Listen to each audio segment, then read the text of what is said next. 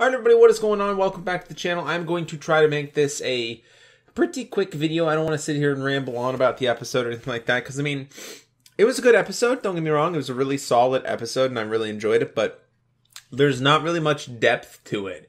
You know, it's really focused on Madison, Strand, and Walker, which is, you know, essentially what I predicted it to be focused on. So if you guys want to see my predictions, go check them out.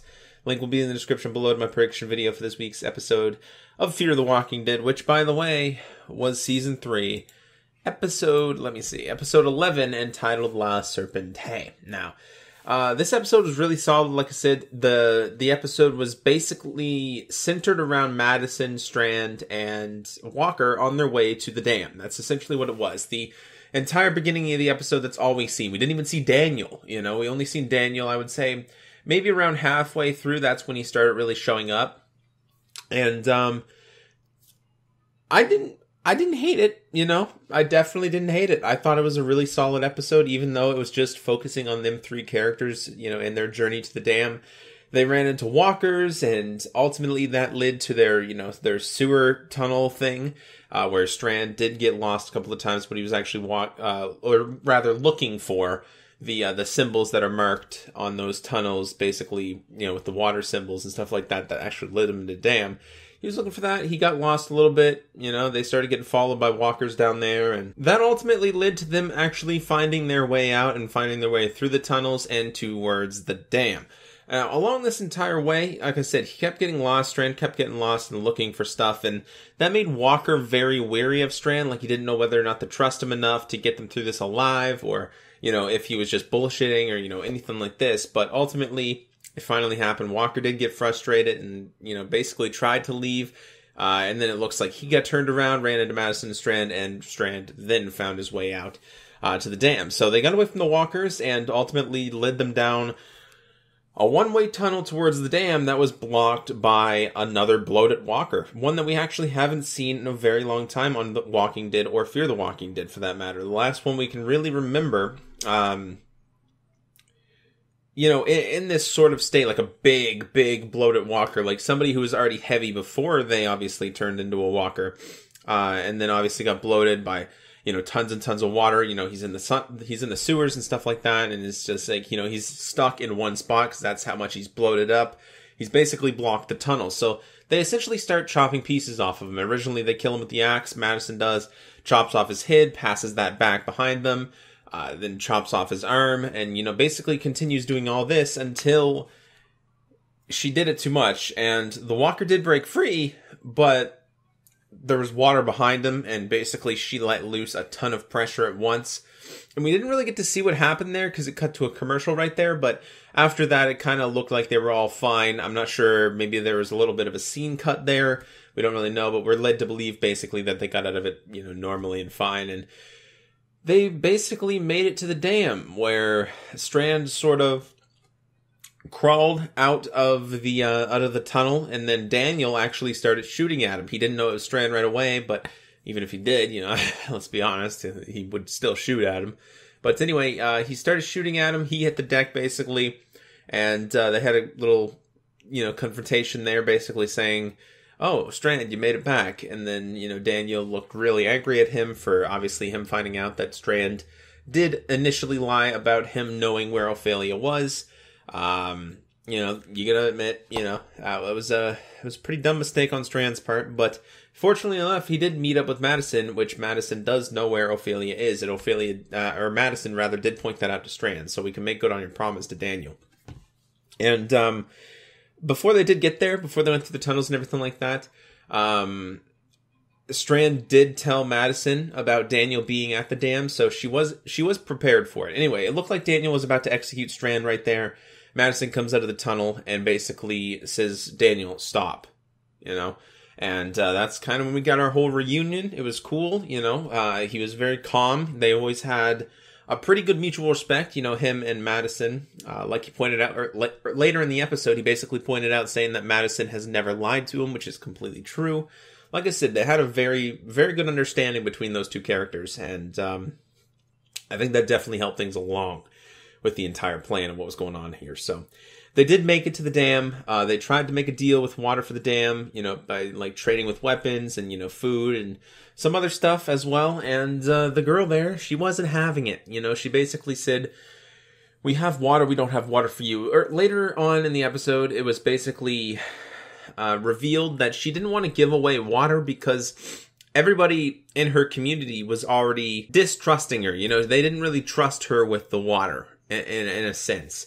And they're always so angry, and there has been, you know, fights that break out, riots and stuff like that over the water and everything like that. And if they found out that she gave water, you know, to another group, then it would be even worse.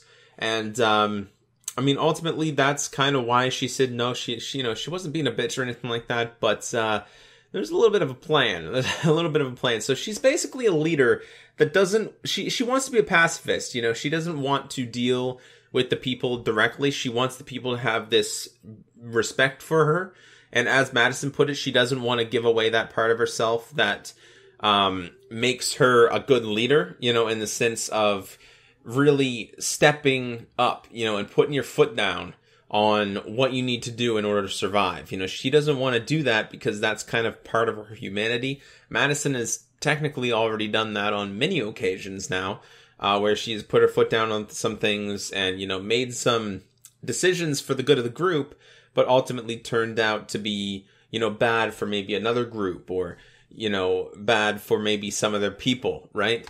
That's ultimately happened before with Madison, and she basically said she admires that, you know, her not wanting to give that up, but essentially they got forced into doing it. So in the episode, Strand has kind of a heart-to-heart with Madison after the deal falls through, essentially, and she tells Strand, you know, exactly what she wants, because that's what he asked her, and she said, you know, I want this ranch thing to work, you know, because before this apocalypse and before all of this, I was a country girl, you know, and don't take that out of context. Jesus, everybody's just going to cut that. That would be actually a pretty hilarious cut if I was a big enough YouTuber. But anyways, so that's kind of what she's used to, you know, that's what she goes back to. And being there at the ranch is kind of cool for her. You know, she sort of knows it really well, essentially, because that's how she grew up, was on a ranch. And that's kind of special to her, you know, she kind of wants her kids there and everything like that, and she wants it to work, right? She wants water there, she wants everything to work, she wants everything to be fine, because that is what she's used to. She's used to the ranch scene of things, really, you know. But anyways, she says that to Strand, you know, she really wants that. That's what she really wants in life right now. Somebody's squealing their tires. Anyway, that's what she really wants in life right now. And Strand basically essentially makes the promise to make that happen. Nonchalantly, and like he didn't just put it out there, you know, saying, I'm going to make this happen or anything like that. But he basically led us to believe that he was going to do something in order for that to come true. And that's exactly what he did. So later on in the episode, he actually ended up seeing a water truck when he was leading off the balcony of the dam, and Daniel approached him basically saying, I don't know what's going on in that serpent mind of yours, but let me put it to you this way. If you're thinking of something, if you're thinking of doing something harmful, but it would benefit both you and I will look the other way. But if it doesn't benefit me, you will be in my sights. Essentially saying, if you do something to benefit me, you know, and yourself, whatever, I'll look the other way. Go for it, you know, do it. I won't tell, you know, I'm going to look the other way. I mean, that's what it means. There's no other way to put it. And, you know, essentially just warning him not to screw him or anything like that. So Strand does put into action, all right, a plan to blow up a water tanker. And essentially, he does this to essentially scare the leader of the entire group into making the deal with Madison for the water, you know, for the guns and the ammunition and whatever else she needs. So this benefits Daniel as well, because he's always trying to convince the leader there that, you know, people will riot, people will hang us, you know. And he gets a little extreme sometimes, but, you know, to be fair, honestly, you know, this is a very important resource of life that this girl is literally holding.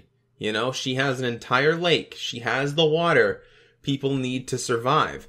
And if people want to survive bad enough, they will do whatever they need to do. He points this out tons and tons of times to her. You know, there's riots going on and stuff like that, but she's not seeing it. You know, she's not seeing it. So Strand does what he does to basically convince her that the people are really rioting against her now. They want this water. They want it so, so bad that they're willing to do anything. They blow up a water truck to prove a point, and basically all of this. So that's what they do. You know, it benefits Daniel because it scares her into thinking these people are rioting against them. So she arms up. And how she arms up, that benefits Strand. That benefits Madison because the deal is now going through. She's arming up by making the trade for water, 10,000 gallons a week until the rains come, and a tanker to take home, you know, today in good faith. I think it was how Madison put it. And you know, in exchange for ammunition, she gave him a list and asked him if they could meet it, and she said yes, basically, I could do this easily. Right before then, Walker did walk out, basically saying to Madison, you know, you're going to have to pay for what you did, you're going to have to leave the ranch, you blew my money, you know, you blew our way of getting water, and there's only enough water there for half of the group, if that, and my people are more important than yours. So he basically orders Madison to get out, starts walking home, so... Anyways, that happened. So they're taking up arms and all this. Really good news for Daniel. And they essentially make this trade to happen in about 5 days where they bring the guns and ammunition for more water. Again, 10,000 gallons a week of water until the rains come. You know, obviously that'll fill the lake back up and, you know, this thing will keep going, right? And that'll fill the well back up at the ranch and it'll be good. You know what I mean? It'll be good. So... honestly, the episode ended on a happy ending. So they made a trade. They made a trade in about 5 days, and the leader there explained to them that she wanted Ophelia at this trade meetup. Not necessarily, you know, to trade. I took it more as though I just wanted her there, you know, so they, you know, could see each other, right? Daniel and Ophelia. So I'm thinking that's what they mean. But if they mean they're trying to trade her, I don't know how that's going to pan out. I don't know if she'll go for that. I don't know if Walker will go for that. But nonetheless, I think it just meant, you know, you have to be there, right? And, you know, see your father or whatever while the trade's going on, right? So that's what I could have took it as. Anyway, they took the tanker out of there. Everything's good. They're arming up, you know, on both sides. It was kind of a happy ending. You know, they shook hands. Strand and Daniel look like they're on the same side again, which is really cool. Anyway, on their drive home, Madison basically thanked Strand for doing what he did. He ultimately admitted, you know, that it was something he's seen in an old movie, you know, blowing up the tanker. And, you know, that's kind of how he came up with a plan. And she basically explained, you know, I said what I wanted and you made it happen. Anyway, down the road a little bit, they seen Walker walking on the side of the road back home. Madison pulled up, rolled down the window, and basically teased him by saying, "You thirsty?" And then Walker ended up actually smiling, which you haven't really seen that too often. It was pretty cool. Like I said, it was more of a happy ending for an episode, and I actually really, really liked it. I enjoyed it a lot, and that was the end of the episode, everybody. So that was Season 3, Episode 11, entitled La Serpiente. Hopefully you guys enjoyed my episode review video for this week's episode of Fear the Walking Dead.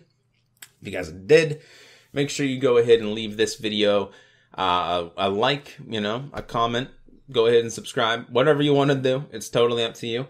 Obviously, I do my review videos on Monday, my prediction video for the next up-and-coming episodes of Fear the Walking Dead and The Walking Dead on Thursdays.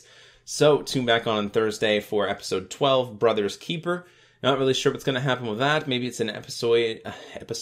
Maybe it's an episode focused on Troy. I think that would be kind of cool. Who knows? I mean, judging by the synopsis right now, it doesn't really look like it is. It's kind of looks like it's on the ranch again, but we will definitely see. Anyway, thank you all so much for watching. Let me know in the comment section below what you guys thought of the episode. Again, I really enjoyed it. I think it was really cool. There was actually a lot of walker action in there as well. You know, they took out some walkers, and the big bloated walker was pretty cool and pretty neat to see. And I will see you guys on the next video. Take care, everybody. Bye.